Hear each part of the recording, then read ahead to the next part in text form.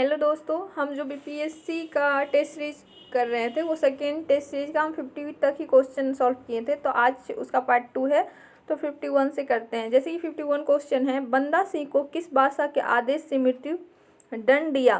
तो इसका आंसर हो जाएगा फर्रुखियर जो थे उसके आदेश से बंदा सिंह को मृत्युदंड दिया गया। सैयद बंधुओं की सहायता से फर्रुखियर मुगल सम्राट बना। फर्रुखियर के शासनकाल में गुरुदासपुर के निकट सिख नेता बंदा बहादुर को पकड़ लिया गया और दिल्ली में 19 जून 1716 को उसका वध कर दिया गया। बंदा सिंह जो थे वो बहादुर खालसा सेना के सैन्य कमांडर थे। बंदा सिंह बहादुर को बंडा बहादुर, लक्ष्मण देव और माधोदास भी कहते थे। 3 सितंबर 1708 को नांदेड़ में सिखों के 10वें गुरु गोविंद सिंह ने उन्हें सिख बनाकर उनका नाम बंदा सिंह बहादुर रखा था। क्वेश्चन नंबर 52 की बात करें तो निम्नलिखित में कौन सम्मिलित नहीं है। तो इसका आंसर हो जाएगा सी, यानी मैती आंदोलन वृक्ष लगाओ खुशहाली पाओ नारा सम्मिलित नहीं है। मैती आंदोलन का नारा था मिलकर गांव में पेड़ लगाना एवं मायके में पेड़ लगाना था। मैती में पेड़ लगाना था। यह कल्याण सिंह रावत द्वारा प्रारंभ किया गया था। यह 1994 में प्रारंभ किया गया था। गंगा बचाओ आंदोलन एक अहिंसात्मक आंदोलन था जो देश के प्रमुख संतों एवं सामाजिक कार्यकर्ताओं के द्वारा प्रारंभ किया गया था। नर्मदा बचाओ आंदोलन मेघा पाटेकर द्वारा प्रारंभ किया गया था। नवधान्य आंदोलन 1982 में बंदाना सिवा द्वारा प्रारंभ किया गया था। इसका उद्देश्य जैव विविधता संरक्षण एवं जैविक खेती को बढ़ावा देना है। एपिको आंदोलन चिपको आंदोलन के समान ही वनों एवं वृक्षों की रक्षा संबंधी था। विश्नोई आंदोलन संत जम्भो जी द्वारा राजस्थान में शुरू किया गया था। इसका उद्देश्य वृक्षों की पूजा एवं संरक्षण करना था। क्वेश्चन नंबर 53 की बात करें तो बंगाल के किस नवाब ने यूरोपियों की तुलना मधुमक्खियों से की थी। वाह। तो इसका आंसर हो जाएगा ए, बंगाल के नवाब अलीवर्दी खान ने यूरोपियों की तुलना मधुमक्खियों से की थी। उनका कहना था कि यदि इन्हें यूरोपियों को शांत रखा जाए तो ये शहद देंगी, यदि छेड़ा जाए तो वे काटेंगी। मिर्जाफर सैयद अहमद नजफी का दूसरा बेटा था। जो मिर्जाफर था वो सैयद अहमद नजफी का दूसरा बेटा था। मिर्जाफर ने बंगाल के नवाब के नेतृत्व में बंगाली सेना के कमांडर के रूप में कार्य किया। अलीवर्दी खां का मूल नाम जो था मिर्जा मोहम्मद खां था। नवाब सुजाउद्दीन ने युद्ध के समय अलीवर्दी खां बिहार में नायब नाजिब यानी वित्त विभाग का मुख्य अधिकारी था। क्वेश्चन नंबर 54 की बात करें तो वास्को डी गामा कालीकट में किस वर्ष पहुंचा था। तो वास्को डी गामा कालीकट में 1498 में पहुंचा था। वास्को डी गामा ने भारत के लिए नई समुद्री मार्ग का पता लगाया था और 17 मई 1498 ईस्वी को कालीकट के प्रसिद्ध बंदरगाह पर पहुंचा था। वास्को डी गामा को कालीकट के हिंदू राजा ने, जिसकी एक पैतृक उपाधि जमीनी थी, मैत्रीपूर्ण बर्ताव मिला। ये क्वेश्चन भी आ जाता है, कैसा व्यवहार मिला। कालीकट अथवा कोझिकोड केरल राज्य का एक नगर एवं पतन है। वास्को डी गामा को 1524 में कोचीन में मलेरिया से मृत्यु हो गई। भारत में आने वाला पहला अंग्रेजी जहाज जो था वो रेड ड्रैगन था। क्वेश्चन नंबर 55 की बात करें तो निम्नलिखित में से किसने इंग्लैंड के राजकुमार चार्ल्स द्वितीय को कैथरीन ऑफ ब्रेगंजा से विवाह में बम्बई दहेज दिया था। तो इसका आंसर हो जाएगा पुर्तगाली ने। पुर्तगाली ने इंग्लैंड के राजकुमार चार्ल्स द्वितीय को कैथरीन ऑफ ब्रेगंजा से विवाह में बम्बई को दहेज में दे दिया। 1661 में पुर्तगाली राजकुमार ब्रेगंजा की कैथरीना का विवाह इंग्लैंड के चार्ल्स द्वितीय के साथ हुआ। पुर्तगालियों ने इंग्लैंड के चार्ल्स द्वितीय को बॉम्बे दहेज में दिया। 1668 में चार्ल्स द्वितीय ने ईस्ट इंडिया कंपनी को 10 पाउंड वार्षिक किराए पर बॉम्बे दे दी। मुंबई सबसे द्वीप पर स्थित शहर देश की आर्थिक राजधानी है। क्वेश्चन नंबर 56 की बात करें तो फोर्ट विलियम किस राज्य में स्थित है। तो फोर्ट विलियम जो है पश्चिम बंगाल में स्थित है। 1698 ईस्वी में ईस्ट इंडिया कंपनी को बंगाल में सूतानाती, कालीघाट और गोविंदपुर की जमींदारी दे दी गई, जिसके बदले उन्हें गांव के पहले के मालिकों को 1200 देने पड़े। यह नवीन किलाबंद बस्ती फोर्ट विलियम कहलाने लगी। Sir Charles Eyre Fort William का पहला प्रेसिडेंट हुआ। फोर्ट विलियम कलकत्ता यानी कोलकाता में एक किला जिसे ब्रिटिश भारत के बंगाल प्रेसिडेंसी की शुरुआती वर्षों के दौरान बनाया गया था। फोर्ट विलियम नाम इंग्लैंड के राजा विलियम तृतीय के नाम पर रखा गया। क्वेश्चन नंबर 57 की बात करें तो 1858 के उपरांत समाज सुधार के प्रति भारत सरकार की क्या नीति थी। तो 1858 के उपरांत समाज सुधार के प्रति भारत की सरकार यानी जो अंग्रेजी सरकार थी उसकी नीति इससे अलग रहने की थी। 1858 की घोषणा में सम्राज्ञी ने अपने भारतीय प्रजा को आश्वासन दिया कि उनके धार्मिक विश्वासों में कोई हस्तक्षेप नहीं किया जाएगा, क्योंकि इससे पहले 1857 का विद्रोह इसी सब कारण हुआ था, बल्कि उनके प्राचीन विश्वासी आस्थाओं और परंपराओं का सम्मान किया जाएगा। कुछ समाज सुधार अधिनियमों का भारतीय रूढ़िवादियों ने विरोध किया। इसी कारण महारानी ने अपनी घोषणा में कहा था कि अब लोगों के धार्मिक मामलों में क्राउन हस्तक्षेप नहीं करेगा। बाद के दिनों में ब्रिटिश सरकार द्वारा भारतीयों के उद्धार करने की नीति का परित्याग कर दिया गया। क्वेश्चन नंबर 58 की बात करें तो 19वीं शताब्दी में अंग्रेज भारत के भारत से ब्रिटेन निम्नलिखित में से किस वस्तु का निर्यात करते थे? तो 19वीं शताब्दी में अंग्रेज जो थे वो भारत से ब्रिटेन कपास का निर्यात करते थे। यूरोपीय कंपनियां भारत से मसालों, सूती वस्त्र, नील, सोडा, अफीम आदि का निर्यात करते थे। सर्वप्रथम दादा भाई नौरोजी ने धन निकासी या संपत्ति के पलायन के सिद्धांत का प्रतिपादन किया। 2 मई 1867 ईस्वी को लंदन में वो ईस्ट इंडिया कंपनी एसोसिएशन की बैठक में पढ़े गए अपने लेखों में इंग्लैंड डेट टू इंडिया में इस मान्यता को प्रस्तुत किया गया कि ब्रिटेन भारत में अपने शासन की कीमत के रूप में उस देश की संपदा को उस देश से छीन रहा है। अमेरिकी गृह युद्ध के दौरान अमेरिका से इस कपास की सप्लाई रुक जाने से भारतीय कपास की मांग बढ़ गई थी। क्वेश्चन नंबर 59 की बात करें तो 59 है, बंगाल में तत्वबोधिनी सभा की स्थापना किसने की? तो इसकी स्थापना देवेंद्रनाथ टैगोर ने की थी।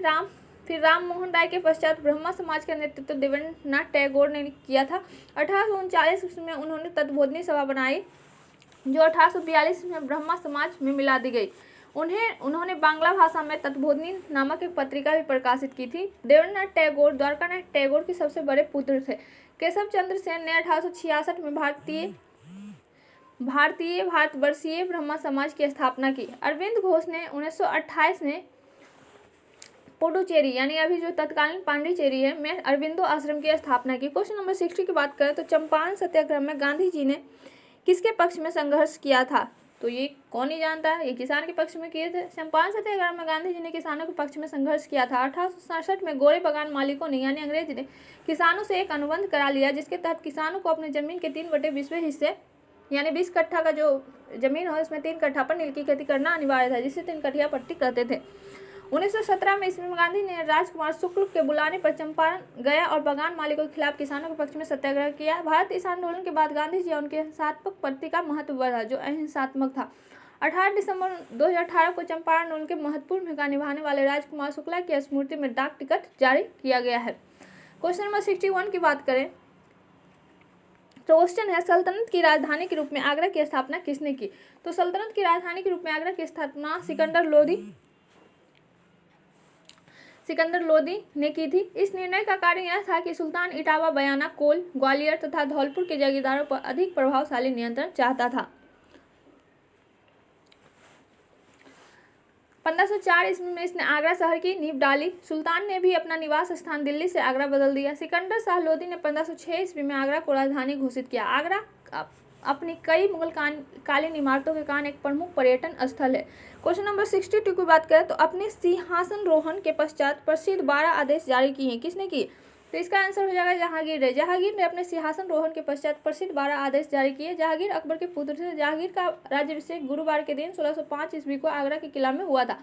अपने मस्तक पर उसने अपने ही हाथों राज मुकुट रखा और नरुद्दीन मोहम्मद जहांगीर बादशाह गाजी की उपाधि धारण की। उस वक्त अनेक कारावासी मुक्त किए गए। जहांगीर की आत्मकथा तुझके जहांगीरी में है। उसने अपने द्वारा जारी किए गए 12 आदेश की चर्चा तुझके जहांगीर में की है। क्वेश्चन नंबर 63 की बात करें तो मोहम्मद हैथम बिन तारिक अल सैयद ने किस देश की सुल्तान के रूप में पदभार संभाला? तो इसका आंसर हो जाएगा मोहम्मद हैथम बिन तारिक अल सैयद ने ओमान के नए सुल्तान के रूप में पदभार संभाला। इन्हें दिवंगत सुल्तान कापूस बिन सईद के उत्तराधिकारी के तौर पर नियुक्त किया गया है। ओमान अरब सागर के दक्षिण भाग में स्थित एक देश है। ओमान देश की राजधानी मस्कट है। क्वेश्चन नंबर 64 की बात करें तो बिंदुसार की राज्यसभा में आने वाला सीरिया का राजदूत कौन था? तो इसका आंसर हो जाएगा डायमेकस। एस्ट्रेबो के अनुसार सीरिया के शासक एंटियोकस प्रथम का राजदूत डायमेकस बिंदुसार के दरबार में आया था।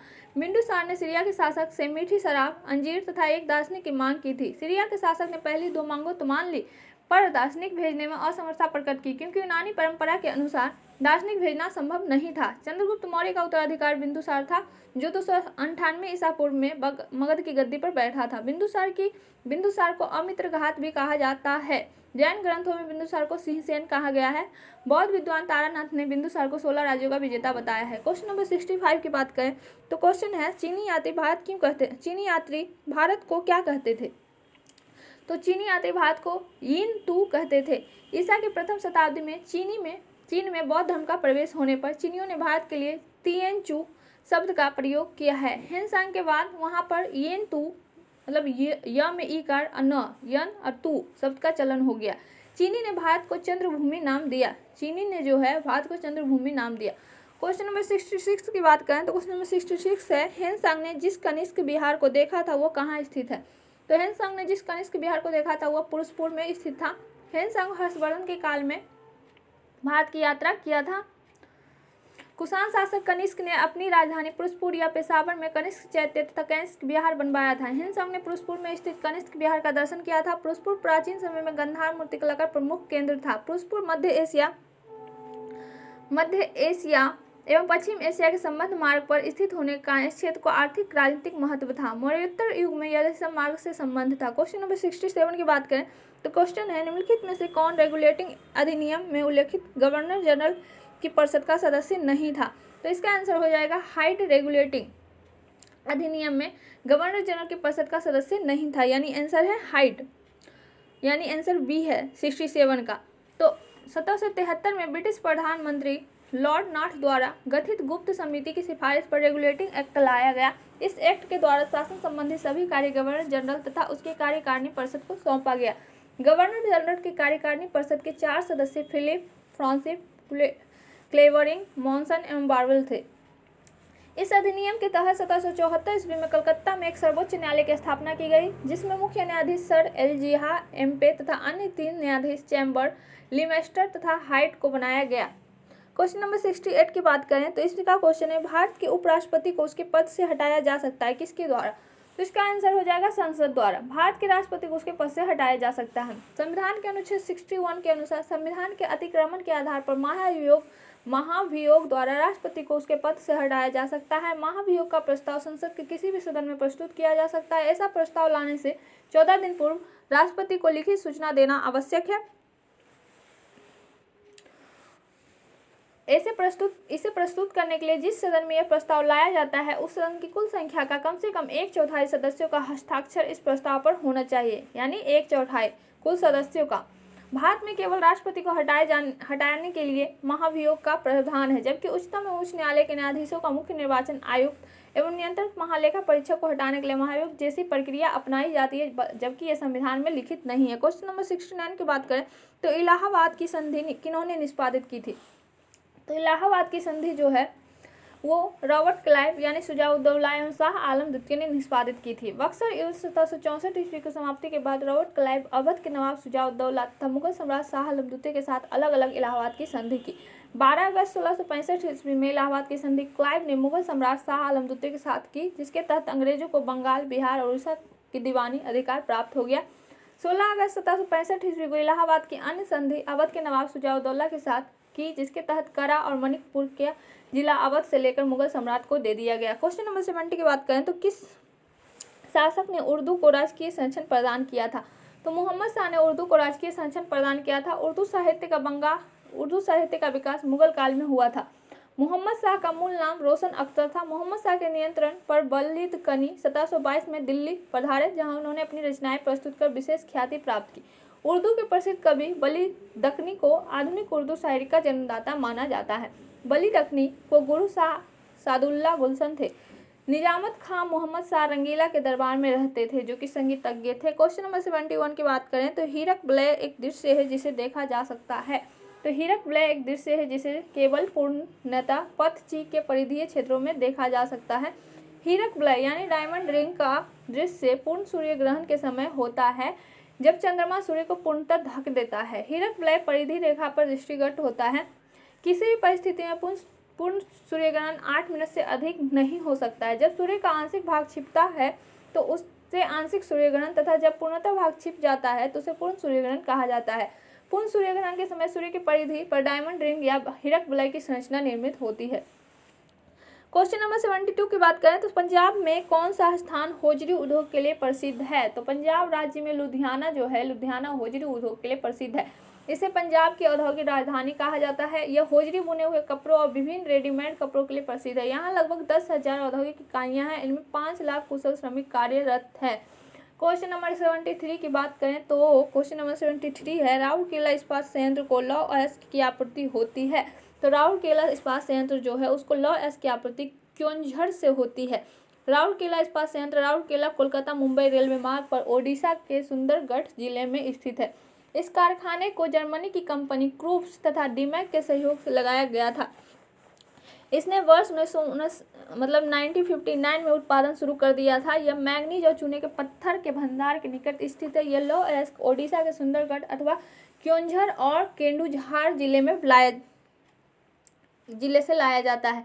कोयला बोकारो, झरिया और तलचल क्षेत्रों में कोकिंग कोयला, कारगली के कोयला प्रक्षालन केंद्र तथा मैंगनीज, चूने का पत्थर और डोलोमाइट वीरमित्रपुर से प्राप्त किया जाता है। राउरकेला, दुर्गापुर, भिलाई द्वितीय पंचवर्षीय योजना में निर्मित इस्पात संयंत्र केंद्र है।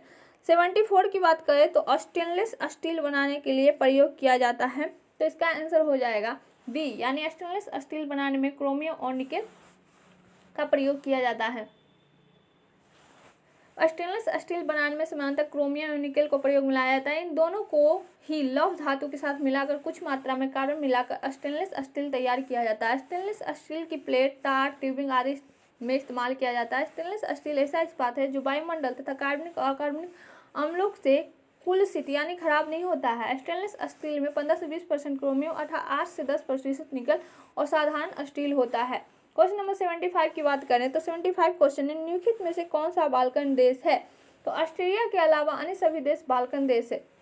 ऑस्ट्रिया नहीं है। बाल्कन क्षेत्र दक्षिण पूर्वी यूरोप का विशिष्ट सांस्कृतिक क्षेत्र है। दक्षिण पूर्वी जो यूरोप है उसका विशिष्ट सांस्कृतिक क्षेत्र है बाल्कन, जो बाल्कन पर्वतों के आसपास अवस्थित है। इसमें शामिल प्रमुख देश की बात करें तो Albania, Bosnia, Herzegovina, Bulgaria, Croatia, Serbia, Slovenia, Romania आदि है।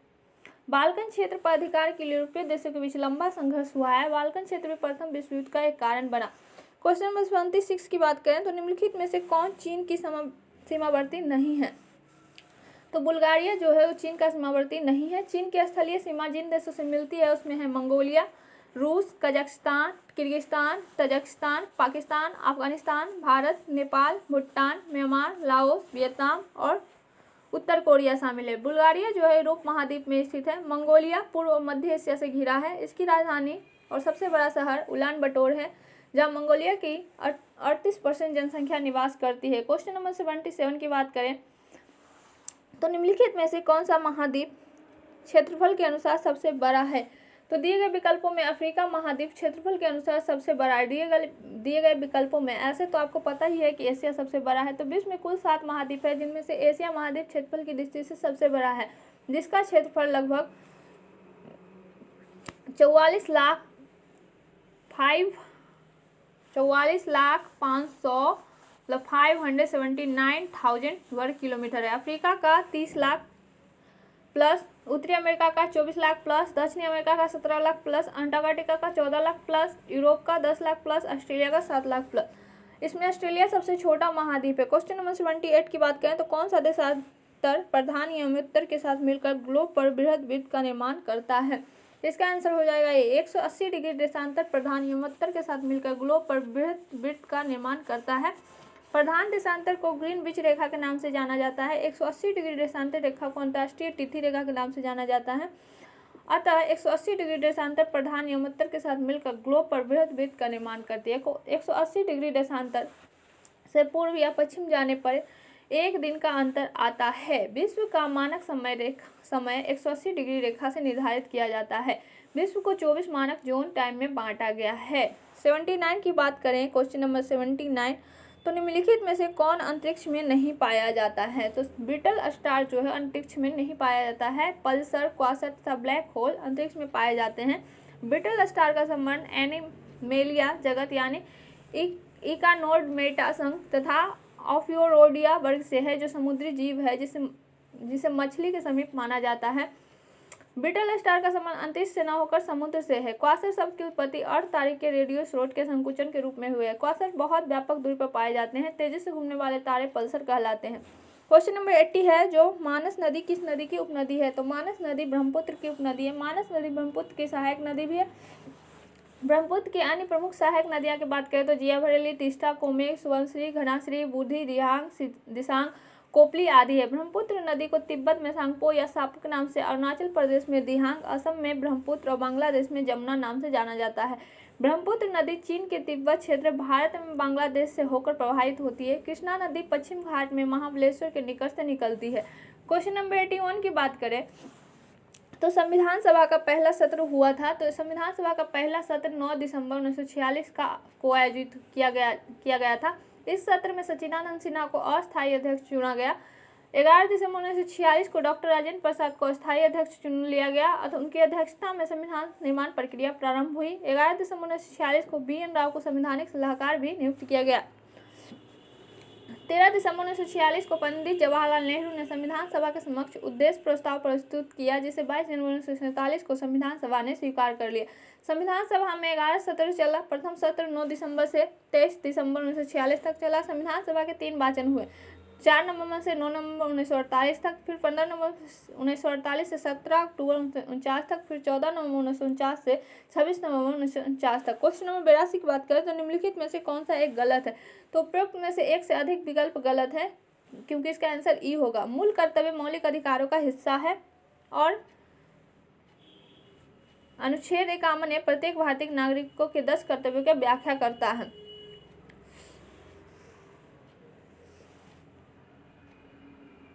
ये दो जो है ना, ए और डी, ये दो गलत है। मूल कर्तव्य राज्य के नीति निर्देशक तत्वों से संबंध है। 42वां संविधान संशोधन अधिनियम 1976 द्वारा संविधान में सरदार स्वर्ण सिंह समिति की रिपोर्ट पर 10 मौलिक कर्तव्य जोड़ा गया था। 2002 में 86वें संविधान संशोधन द्वारा एक और मौलिक कर्तव्य जोड़ा गया। वर्तमान में मौलिक कर्तव्य की संख्या 11 है। मूल कर्तव्य का प्रावधान भारतीय संविधान के भाग 4A में वर्णित है और मूल कर्तव्य का क्रियान्वयन सरकार द्वारा नहीं कराया जाता है। मूल कर्तव्य नागरिकों के उत्तरदायित्व का निर्धारण करता है। मूल कर्तव्य का उपबंध रूस के संविधान से लिया गया है। क्वेश्चन नंबर 83 की बात करें तो भारतीय संविधान में राज्य की नीति निर्देशक सिद्धांतों का विचार लिया गया है। तो ये किसी नहीं पता, आयरलैंड के संविधान से लिया गया है। तो भारतीय संविधान के राज्य नीति सिद्धांतों का विचार आयरलैंड से लिया गया है। वे इस प्रकार राष्ट्रपति के निर्वाचन में निर्वाचक मंडल की व्यवस्था तथा राज्यसभा में कला, साहित्य, विज्ञान और समाज सेवा के क्षेत्र में विख्यात व्यक्तियों का मनोनयन आयरलैंड की संविधान प्रणाली पर ही आधारित है। आपातकालीन जो प्रावधान है वो जर्मनी के संविधान से ली गई है। संविधान में संशोधन एवं राज्यसभा में सदस्यों का निर्वाचन दक्षिण अफ्रीका के संविधान से लिया गया है। संशोधन और राज्यसभा में सदस्यों का निर्वाचन दक्षिण अफ्रीका। गणराज्य व्यवस्था, स्वतंत्रता, समानता एवं बंधुत्व संबंधी आदर्श फ्रांस से लिए गए हैं। समवर्ती सूची ऑस्ट्रेलिया से लिया गया है।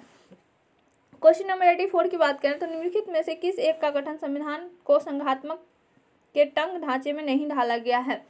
तो क्वेश्चन नंबर 84 का आंसर डी हो जाएगा। संविधान को संघात्मकता के तंग ढांचे में नहीं ढाला गया। यह गठन A.K. अय्यर का है। Doctor A.K. अय्यर का मत है कि भारतीय संविधान को संघात्मक के तंग ढांचे में नहीं ढाला गया है।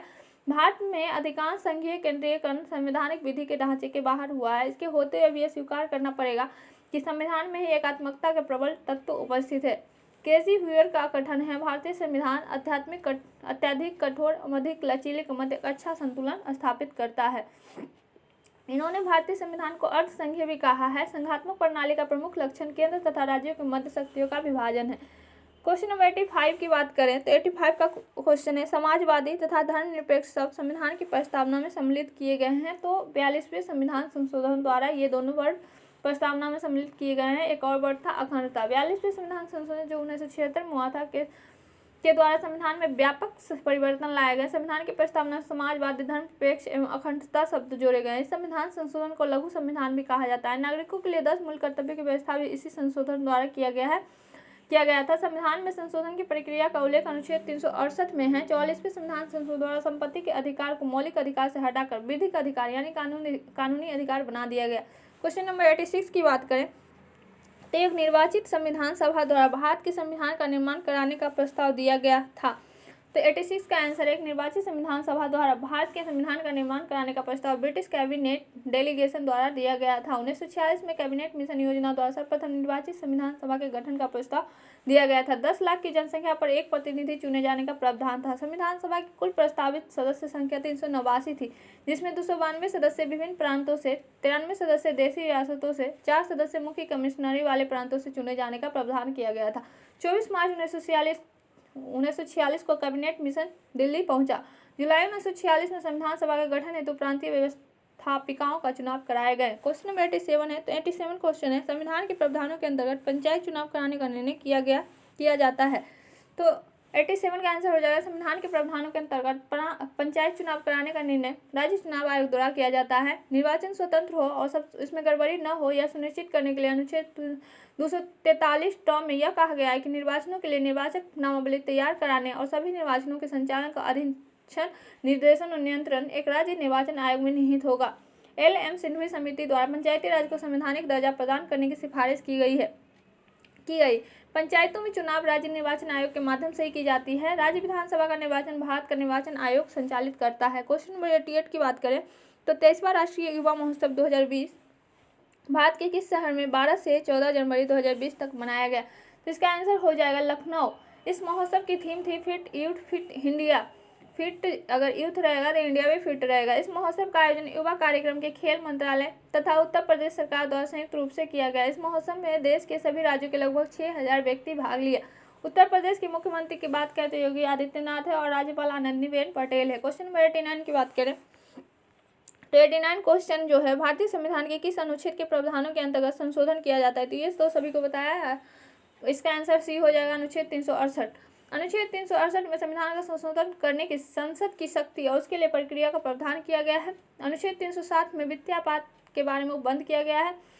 अनुच्छेद 356 में राज्यों में संवैधानिक तंत्र के विफल हो जाने की दशा में उपबंधों का प्रावधान किया गया। अनुच्छेद 352 में राष्ट्रीय आपात की उद्घोषणा का प्रावधान है। अनुच्छेद 352 के अनुसार यदि राष्ट्रपति को विश्वास हो जाता है कि गंभीर आपात विद्यमान है तो बाह्य आक्रमण या सशस्त्र विद्रोह के कारण भारत या उसके राज्य क्षेत्र के किसी भाग की सुरक्षा संकट में है तो युद्ध या ऐसे किसी आक्रमण या विद्रोह के होने से पहले राष्ट्रपति राष्ट्रीय आपात की घोषणा कर सकते हैं। राष्ट्रीय आपातकाल की घोषणा मंत्रिमंडल के लिखित प्रस्ताव पर ही कर सकते हैं।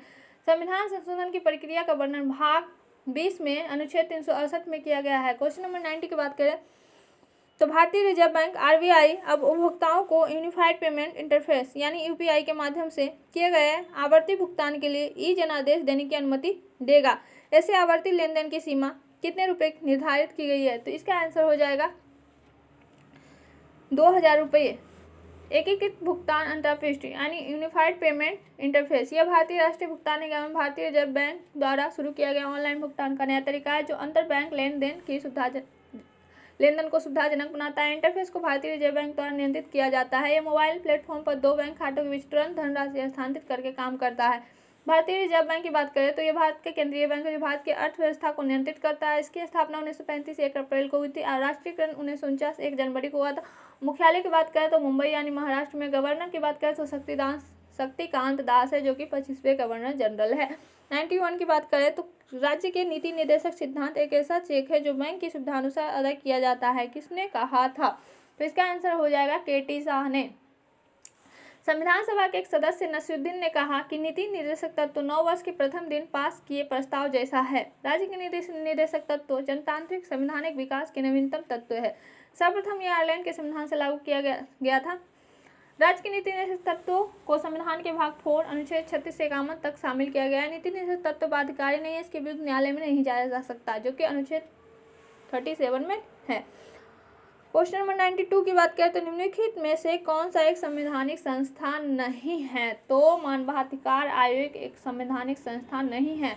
मानवाधिकार आयोग संवैधानिक संस्था नहीं अपितु यह विधिक संस्था है। मानवाधिकार आयोग का गठन संसद के विधि द्वारा 1993 में किया गया था तथा अन्य विकल्प राज्य का वित्त आयोग, लोकसभा, सचिवालय एवं केंद्र का वित्त आयोग संवैधानिक संस्था है। संवैधानिक संस्था वे संस्था है जिनका उल्लेख भारत के संविधान में किया गया है। यह संस्थाएं स्वायत्त और अधिक शक्तिशाली होती हैं। गैर संवैधानिक संस्थाओं का उल्लेख संविधान में नहीं होता है। भारतीय संविधान के अनुच्छेद 280 में वित्त आयोग का उल्लेख है। अनुच्छेद 98 में लोकसभा सचिवालय का उल्लेख है। अनुच्छेद 243 में राज्य वित्त आयोग का उल्लेख है। क्वेश्चन नंबर 93 की बात करें तो 93 क्वेश्चन है भारत के संविधान के निर्माण में संविधान सभा का कितना समय लगा? संविधान सभा को कितना समय लगा? तो ये है 2 वर्ष 11 माह 18 दिन यानी लगभग, और इसमें 65 लाख खर्च हुए हैं लगभग। भारतीय संविधान के निर्माण करने वाली संविधान सभा का गठन जुलाई 1946 ईस्वी में किया गया। कैबिनेट मिशन की संस्तुतियों के आधार पर भारतीय संविधान का निर्माण करने वाली संविधान सभा का गठन किया गया। संविधान सभा के लिए जुलाई 1946 में कराए गए चुनाव में कांग्रेस ने 208, मुस्लिम लीग ने 73, छोटे समूहों व निर्दलीय समूह के 15 सीटें जीती। संविधान सभा की पहली बैठक 211 सदस्यों के साथ 9 दिसंबर 1946 को आयोजित की गई। इस पहली बैठक का मुस्लिम लीग ने बहिष्कार किया था। क्वेश्चन नंबर 94 की बात करें तो संविधान सभा में उद्देश्य प्रस्ताव निम्नलिखित में से किस एक के द्वारा प्रस्तुत किया गया था? तो इसका आंसर हो जाएगा पंडित जवाहरलाल नेहरू। 13 दिसंबर 1946 को पंडित जवाहरलाल नेहरू ने संविधान का उद्देश्य प्रस्ताव संविधान सभा में प्रस्तुत किया था जो 22 जनवरी 1947 को पारित किया गया। संविधान सभा का प्रारंभ 13 दिसंबर 1946 को पंडित जवाहरलाल नेहरू के उद्देश्य प्रस्ताव से हुआ था। यही उद्देश्य प्रस्ताव भावी संविधान की रूपरेखा थी। इस उद्देश्य प्रस्ताव में 8 अनुच्छेद थे। नेहरू के इस उद्देश्य प्रस्ताव को 22 जनवरी 1947 को संविधान सभा द्वारा स्वीकार कर लिया गया। बाद में इसी उद्देश्य प्रस्ताव को परिवर्तित रूप में संविधान की प्रस्तावना बनी। 95 क्वेश्चन की बात करें तो क्वेश्चन है, उच्चतम न्यायालय द्वारा आज तक दूसरी सबसे बड़ी खंडपीठ किस केस में बनी थी? ये तो सबको पता है। उच्चतम न्यायालय द्वारा आज तक दूसरी सबसे बड़ी खंडपीठ गोलकनाथ केस में बनी। दूसरी, पहली केशवानंद। उच्चतम न्यायालय द्वारा आज तक की सबसे बड़ी खंडपीठ केशवानंद भारतीय बनाम केरल राज्य यानी कुल न्यायाधीशों की संख्या 13 थी। दूसरी सबसे बड़ी खंडपीठ गोलकनाथ बनाम पंजाब राज्य यानी कुल न्यायाधीशों की संख्या 11 थी। सज्जन सिंह बनाम राजस्थान वाद विवाद में न्यायाधीशों की संख्या 5 थी और मिनर्वा मिल्स बाद में भी न्यायाधीशों की संख्या 5 थी। 1973 में केशवानंद भारती बनाम केरल राज्य मामले में गोलकनाथ मामले में दिए गए निर्णय को उलट दिया था। उच्चतम न्यायालय ने मिनर्वा मिल्स बनाम भारत संघ बाद में यह निर्धारित किया कि अनुच्छेद 368 का खंड 4 जो है विधि सम्मत नहीं है, क्योंकि यह न्यायिक पुनर्विलोकन को समाप्त करने के लिए पारित किया गया था। क्वेश्चन नंबर 96 की बात करें तो क्वेश्चन नंबर 96 है, यदि पृथ्वी पर पाई जाने वाली वनस्पतियां यानी पेड़ पौधे समाप्त हो जाएं तो किस गैस की कमी होगी? तो इसका आंसर हो जाएगा सी, यानी ऑक्सीजन की कमी होगी। पेड़ पौधे प्राणवायु ऑक्सीजन को उत्सर्जन और वायुमंडल को दूषित करने वाले ग्लोबल वार्मिंग के लिए जिम्मेदार गैस कार्बन डाइऑक्साइड का अवशोषण करते हैं। अगर वनस्पतियां नहीं होंगी तो ऑक्सीजन की कमी से पृथ्वी पर मानव जीवन पर घातक प्रभाव पड़ेगा। वायुमंडल में नाइट्रोजन गैस की प्रतिशत मात्रा में सभी गैसों से अधिक है। नाइट्रोजन की उपस्थिति के कारण ही वायुदाब, पवनों की शक्ति एवं प्रकार के परावर्तन का प्रभाव होता है। नाइट्रोजन गैस वायुमंडल में 128 किलोमीटर की ऊंचाई तक फैली हुई है। क्वेश्चन नंबर 97 है, समुद्री वातावरण में मुख्य प्राथमिक उत्पादक होते हैं? तो इसका आंसर हो जाएगा फाइटोप्लैंक्टन्स मुख्य प्राथमिक उत्पादक होते हैं। ये प्रकाश संश्लेषण की प्रक्रिया द्वारा ऊर्जा प्राप्त करते हैं। खाद्य श्रृंखला में मानव प्राथमिक एवं द्वितीय उपभोक्ता दोनों होता है। हरे पौधे उत्पादक कहलाते हैं। ये अपना भोजन स्वयं बनाते हैं। शाकभक्षी प्राणी प्राथमिक उपभोक्ता है। क्वेश्चन नंबर 98 की बात करें तो जैव विविधता में परिवर्तन होता है। जैव विविधता भूमध्य रेखा की तरफ बढ़ती है। जैव विविधता, इसका आंसर हो जाएगा बी, यानी भूमध्य रेखा की तरफ बढ़ती है। जैव विविधता पृथ्वी पर समान रूप से वितरित नहीं है। ठीक, जैव विविधता पृथ्वी पर समान रूप से वितरित नहीं है। सर्वाधिक जैव विविधता उष्णकटिबंधीय क्षेत्रों में पाई जाती है। इसका कारण यह है कि यहाँ की गर्म जलवायु, अधिक वर्षा एवं पादप तथा प्राणियों के विकास तथा वृद्धि के अनुकूलतम दशाओं का पाया जाना है। प्रतिवर्ष 22 मई को अंतर्राष्ट्रीय जैव विविधता दिवस मनाया जाता है। इसे विश्व जैव विविधता संरक्षण दिवस भी कहते हैं। जैव विविधता पर अंतर्राष्ट्रीय कन्वेंशन CBD की स्थापना 1992 में आयोजित हुए रियो डी जेनेरियो में पृथ्वी शिखर सम्मेलन के दौरान हुई थी। क्वेश्चन नंबर 99 का बात करें तो निम्नलिखित में से कौन हरित गृह गैस नहीं है? तो आंसर हो जाएगा सल्फर डाइऑक्साइड, जो कि हरित गृह गैस नहीं है। ग्रीन हाउस गैसें वायुमंडल में उपस्थित वह गैसें हैं जो तापीय अवरक्त विकिरण की रेंज के अंतर्गत विकिरणों को अवशोषण एवं उत्सर्जन करती है। पृथ्वी के वायुमंडल में पाई जाने वाली प्रमुख ग्रीन हाउस गैसें जो है जलवाष्प, carbon dioxide, methane, nitrous oxide और क्लोरोफ्लोरोकार्बन आदि है। हरित गृह गैसों में वृद्धि के प्रमुख कारण है औद्योगिकरण, नगरीकरण, उपभोक्तावादी संस्कृति, वाहनों में जीवाश्म ईंधनों के जलने से उत्पन्न धुआं, वनों का विनाश। क्वेश्चन नंबर 100 जो कि हमारा आज का लास्ट क्वेश्चन है, तो देखते हैं क्या है क्वेश्चन नंबर 100। ओजोन परत मुख्यतः कहाँ अवस्थित रहती है? तो यह है स्ट्रेटोस्फीयर में पाया जाता है। स्ट्रेटोस्फीयर यानी समताप मंडल का विस्तार क्षेत्र लगभग 15 से 50 किलोमीटर ऊंचाई तक है। ओजोन परत के रूप में इसका सर्वाधिक संकेंद्रण 20 से 35 किलोमीटर के मध्य पाया जाता है। यह परत सूर्य के हानिकारक पराबैंगनी किरणों को पृथ्वी पर आने से रोकती है। विश्व ओजोन परत संरक्षण दिवस प्रत्येक वर्ष 16 सितंबर को मनाया जाता है। विश्व ओजोन परत संरक्षण दिवस 2019 की थीम थी 32 years of healing. Thanks for watching. देखते रहिए और आगे बढ़ते रहिए। ओके।